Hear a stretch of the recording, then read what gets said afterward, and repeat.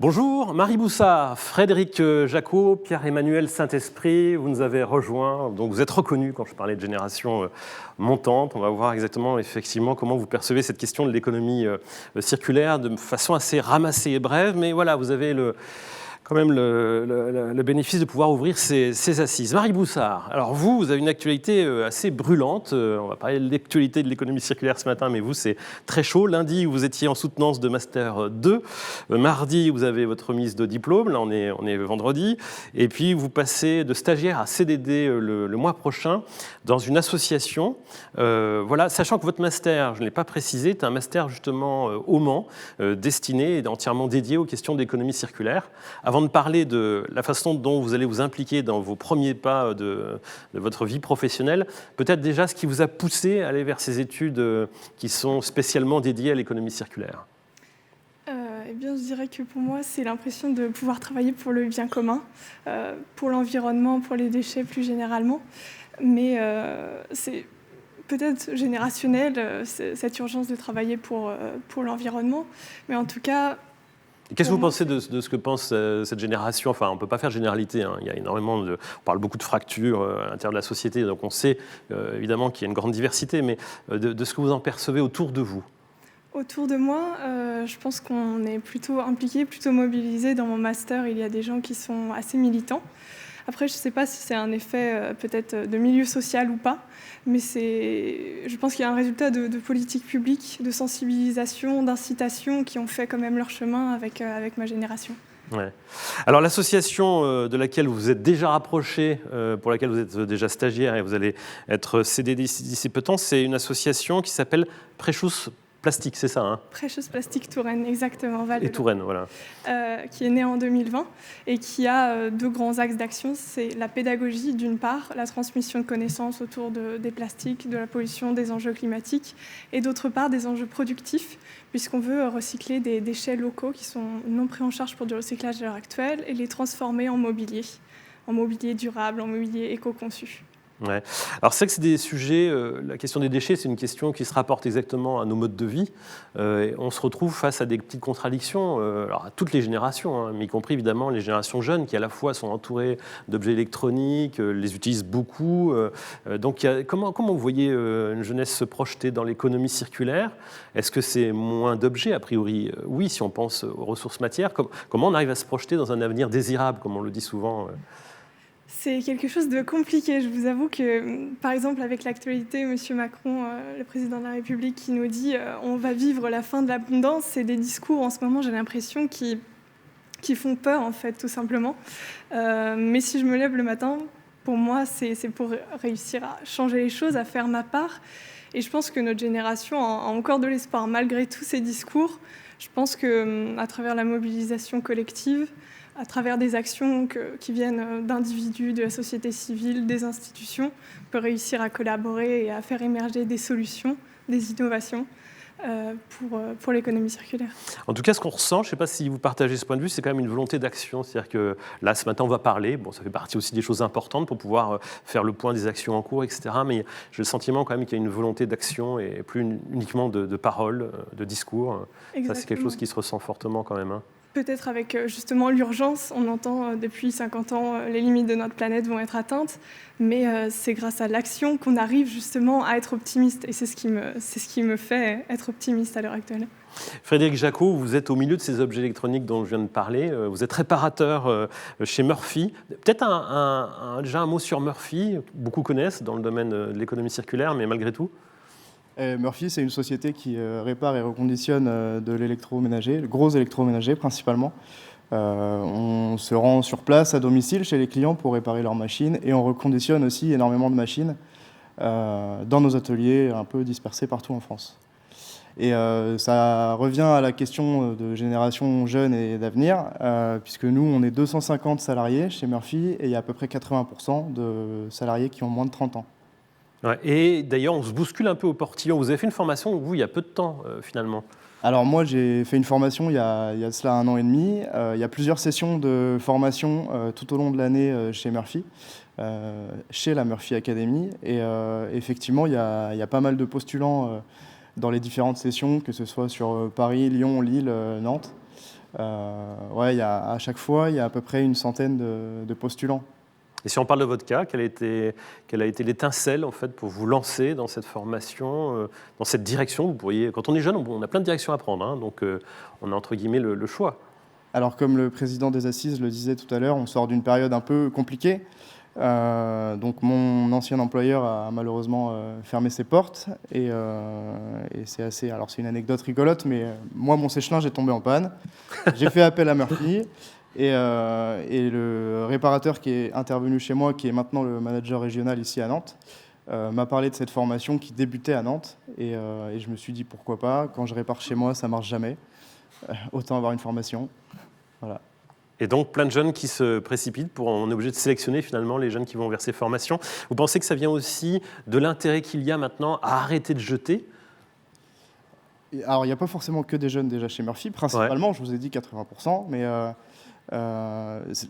toutes les personnes qui travaillent chez Murphy, que ce soit au siège dans les bureaux ou alors dans nos ateliers ou même réparateurs sur la route, ils viennent chez Murphy parce qu'ils ont un sens commun qui est de moins jeter et de plus réparer les appareils électroménagers. Oui. Alors vous doutiez qu'on jette beaucoup, mais depuis que vous travaillez dans ce domaine-là, c'est une avalanche en fait, de produits tous les jours. Il n'y en a qu'une toute petite partie qui sont réparés. C'est quelque chose quand même d'assez... Alors, en fait, c'est très important le moment qu'on est en train de vivre en ce moment parce que quand on n'est pas dans le métier ou quand on n'a pas les informations, on ne peut pas se rendre compte de ce qui se passe réellement. Et nous, maintenant, on essaye d'apporter notre pierre à l'édifice pour réparer un maximum de machines, mais c'est affolant. Sur l'année 2021, par exemple, il y a 664 000 tonnes d'appareils qui ont été jetés, et il n'y en a que 9 000 tonnes, au final, tout ça, qui ont été réparés, en sachant qu'il n'y en a que 45 000 qui ont été étudiés. Donc il y en a 619 000, ça fait beaucoup de chiffres, je suis désolé, mais il y en a 619 000 c'est important de pouvoir qualifier un peu qui ont été jetés directement sans même être étudiés pour voir si on pouvait les réparer ou alors même utiliser 3-4 pièces dans la machine qui, elles, pouvaient être sauvées, quoi. Oui, il y a un énorme flux en fait, hein, c'est ça. Il y a un gisement extraordinaire de machines qui est inutilisé et c'est pas normal aujourd'hui de ne pas avoir accès à ce gisement-là. Pierre-Emmanuel Saint-Esprit, alors vous êtes baigné dans l'économie circulaire à divers égards, hein, à la fois parce que vous avez créé une entreprise en lien avec ce sujet, peut-être vous allez pouvoir nous en toucher quelques mots, et puis aussi parce que vous êtes sur ces questions de formation avec une chaire de l'économie circulaire à l'ESSEC. Alors déjà, votre entreprise, quelle a été l'idée de départ et pourquoi ça a un lien avec notre sujet ce matin? Alors, mon entreprise, on évolue dans le même secteur général que Murphy. On lutte contre le gaspillage des produits électroniques.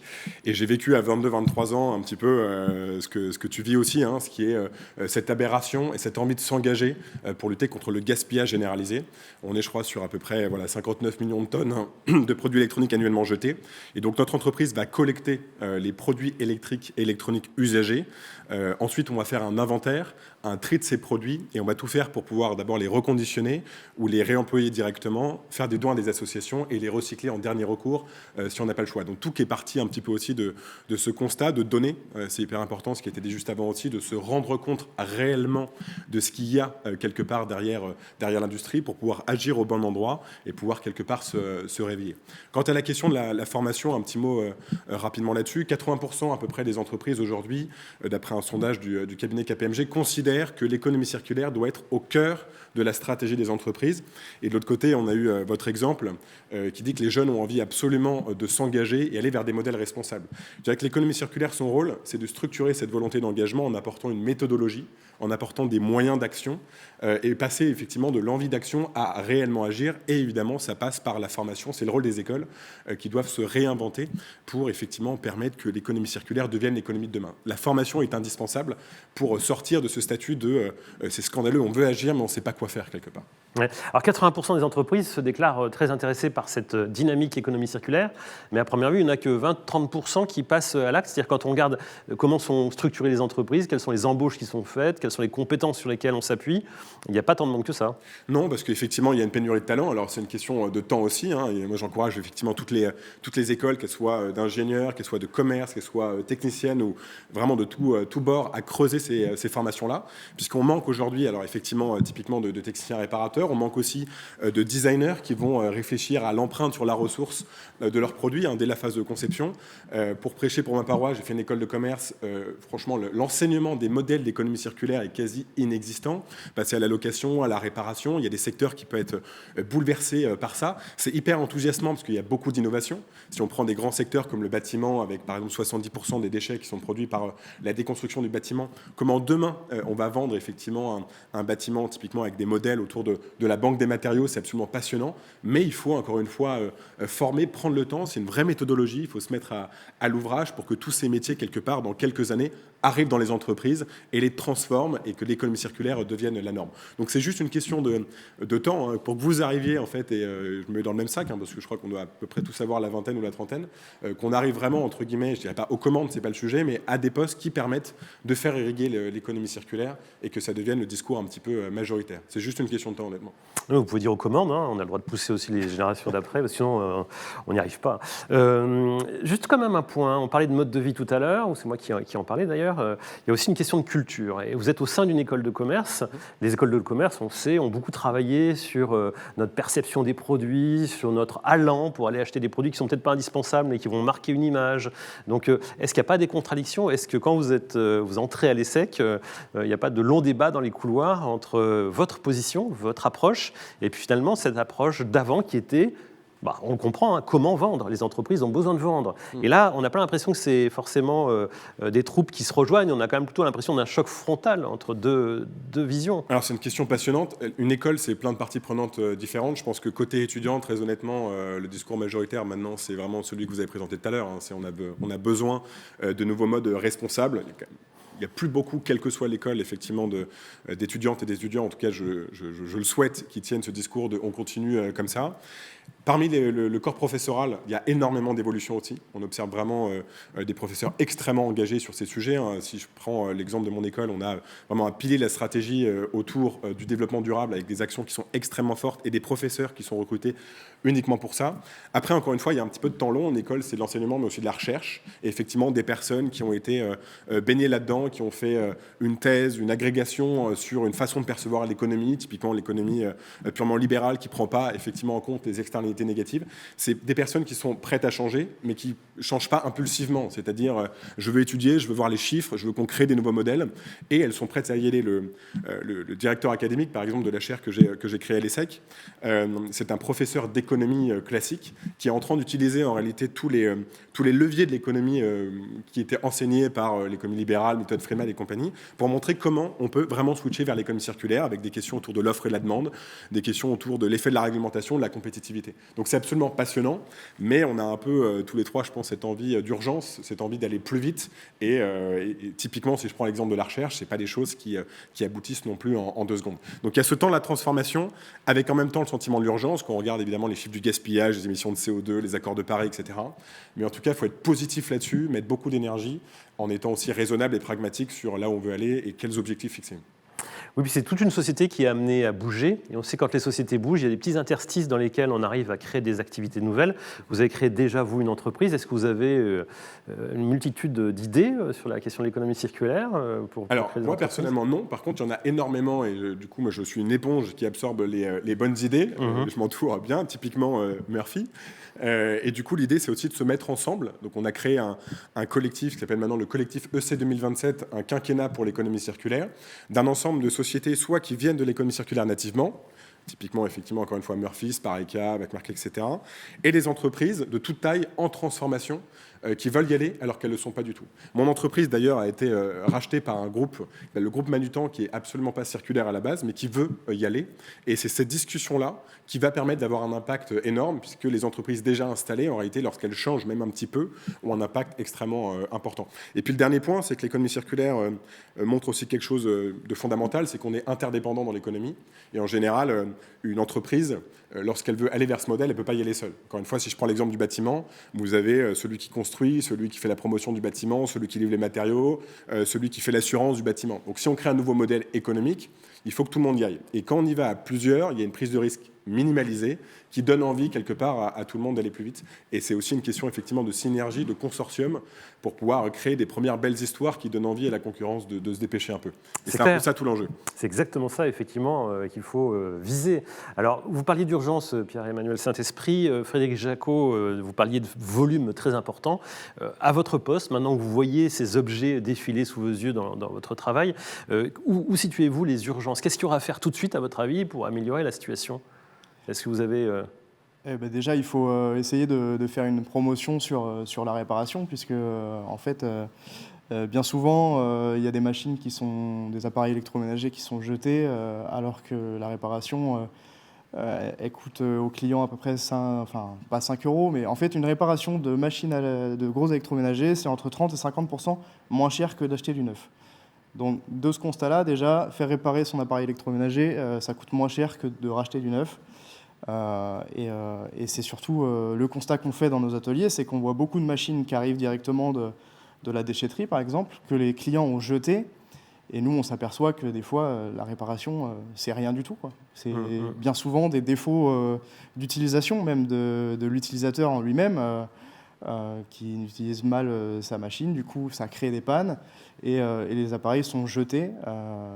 Et plus il y a d'appareils jetés, et plus il y a un gisement énorme auquel nous, on aimerait bien avoir accès. Il faut qu'on redevienne compétent avec nos objets. On est entouré d'objets, on ne sait pas toujours comment chaque objet fonctionne. On sait très bien qu'on a des objets pour lesquels on n'a jamais regardé le mode d'emploi, mais ne serait-ce que sur la consommation énergétique. On entendait il y a peu de temps la question des box. Il faut éteindre la nuit, ça ne sert à rien de les laisser allumer. Elles ne fonctionnent pas pour nous et elles sont à fond tout le temps, les box. Il n'y a pas de moment où elles sont en répit sur la consommation d'énergie. Ça, c'est pour la partie énergétique. Mais sur la partie aussi des instruments électroménagers, l'ADEME, qui est partenaire de ces assises, précise aussi qu'il faut regarder objet par objet, même si on a des arguments pour changer une machine à laver parce qu'elle consommera moins d'électricité une fois en fonctionnement, ça pèse pas très lourd par rapport à toute l'énergie qu'on a déployée pour la fabriquer, cette machine. Donc il y a quand même vraiment un intérêt à conserver peut-être une machine qui consomme un peu plus, mais qui est encore en état de marche. Alors, déjà, moi le premier, je vais me confesser devant vous. Allez, faites votre confession, c'est là ce matin qu'on... Non, mais avant de faire cette formation-là, quand j'achetais un appareil électroménager, c'est un sèche-linge, j'appuie sur le bouton, ça tourne. Je ne lisais jamais le mode d'emploi. Et sans lire le mode d'emploi, c'est là qu'on peut justement mal utiliser l'appareil, créer des pannes, et quand on n'est pas bricoleur, on jette l'appareil, on crée du déchet. Alors que si on avait lu le mode d'emploi qui est fait par les fabricants, on n'aurait pas créé de panne. Après, pour ce que vous disiez juste avant, alors oui, il y a toujours des nouvelles technologies qui sortent, la course à l'innovation, etc. Je pense qu'il faut repenser l'innovation surtout. Il faut arrêter d'innover des machines irréparables. Il faut aller dans le bon sens de l'innovation, c'est-à-dire qu'il faut continuer de faire avancer la recherche, comme tu le disais, mais avec des matériaux qui soient réutilisables quasiment à l'infini, quoi. Et il faut orienter notre réflexion d'innovation dans des appareils qui soient réparables plus longtemps.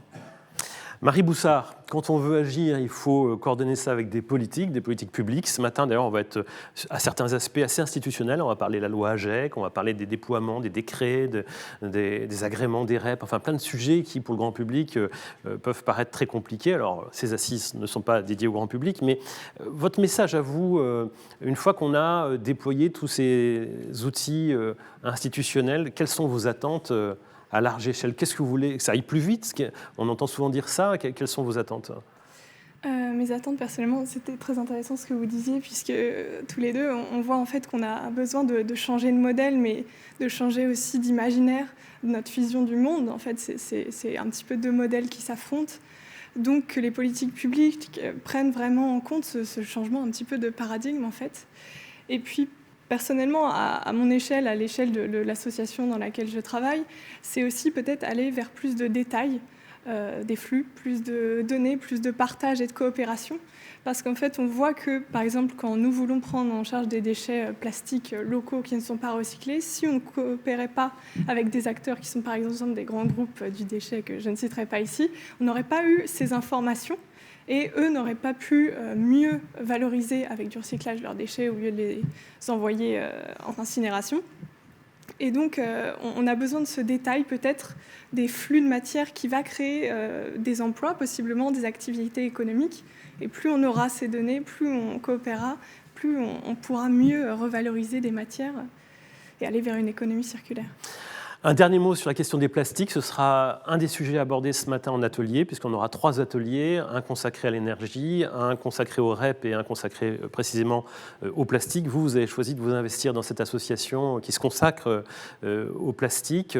Quelles sont les initiatives que vous voyez qui sont assez prometteuses dans ce que dans ce que vous faites, vous aussi, à travers cette association ? Personnellement, ce qui m'inspire beaucoup en ce moment, ce sont les initiatives, avant tout citoyennes, mais en fait la réappropriation des connaissances, que ce soit en termes de recyclage ou en termes de réparation, en termes de fabrication d'objets par des makers, par exemple, qui vont créer des communautés, qui vont créer des tiers-lieux, par exemple, qui peuvent être le support de pratiques, qui sont des réponses à des besoins qui sont réels, mais qui ne sont pas forcément encore institutionnalisés. C'est-à-dire que vous, dans l'association, vous avez des machines avec des plastiques, vous pouvez fabriquer des petits objets, C'est ça, des machines low-tech, des machines aussi peut-être appropriées selon les contextes, pas forcément des innovations, mais est-ce qu'on ne va pas aller chercher une technologie qui est appropriée selon le contexte social, environnemental, économique ? Donc des machines peut-être parfois moins technologiques aussi, des machines qui sont oui, raisonnables du point de vue énergétique. C'est ce qui m'inspire personnellement. Alors justement, ce matin, on va parler ressources matières, on va parler énergie, on va parler aussi politique publique.